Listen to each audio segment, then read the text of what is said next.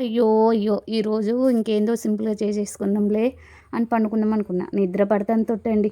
తెల్లారగట్ల 2కి తెలివిపడ్డది. ఎంత చేసినా ఊకే అమ్మవారే కలుస్తుంది. మా ఆయన్ని చక్కగా చాలా సేపు బతిమిలాడి, ప్లీజ్ అండి నా అమ్మవారు కలొస్తుంది.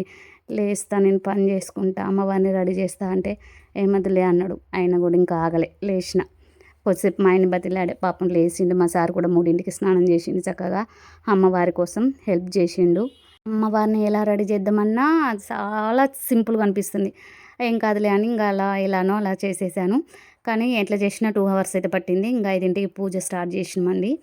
ఎంత చక్కగా అంటే పూజ విధానం ఇంక అన్నీ మీకు తెలిసినయే కదండీ! వరలక్ష్మి వ్రతం అంటే. మనకెంత ఉందో అంతల్నే చేసుకోవాలి. ఇంకా నాకెంత ఓపిక ఉందో అంతవరకే చేశా. ఇంకా ఎక్కువ చేద్దామనుకున్నా అంత ఓపిక లేదు ఇంకా. మన బాడీ సహకరించట్లేదు. మొన్న హాస్పిటల్‌కి పోయి వచ్చిన సంది. సర్లే అని ఇంకా కొంచెం లైట్ ఇంగ అట్లా ఇలా తీసుకోవాలి కదా! ఎన్ని చేసినా కూడా ఇంకా తక్కువే అనిపిస్తుంది. తర్వాత ఆశీర్వాదం తీసుకొని ఇంగా పూజకైతే స్టార్ట్ చేసుకున్నానండి.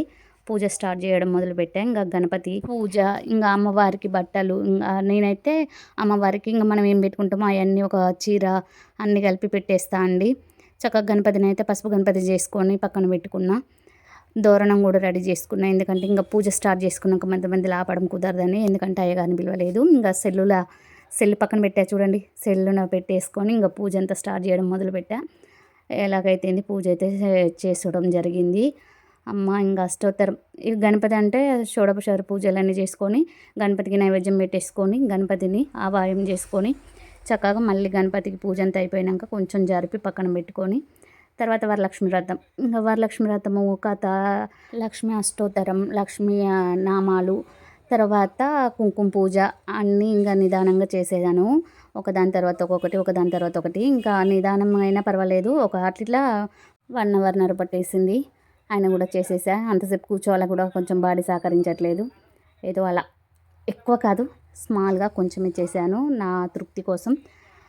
ఇంక తోరణం పూజ స్టార్ట్ అయింది. తోరణం పూజ స్టార్ట్ చేసుకున్నాక మా సార్ని పిలిచాను. మా శ్రీవారచ్చ అయితే తోరణం పూజకు రెడీ చేసినాక చదివేసుకొని తోరణం అయితే నా చేతికి కట్టడం జరిగింది.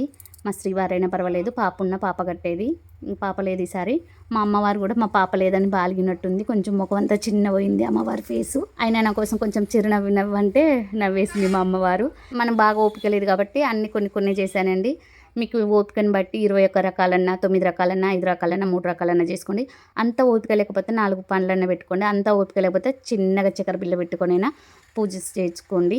చాలా మంచిది. పూజ విధానం మీరు గూగుల్‌లో కొట్టుకున్నా మామూలుగా బుక్కులైనా దొరుకుతుంది. అలా చదువుకున్నా ఏం లేదు.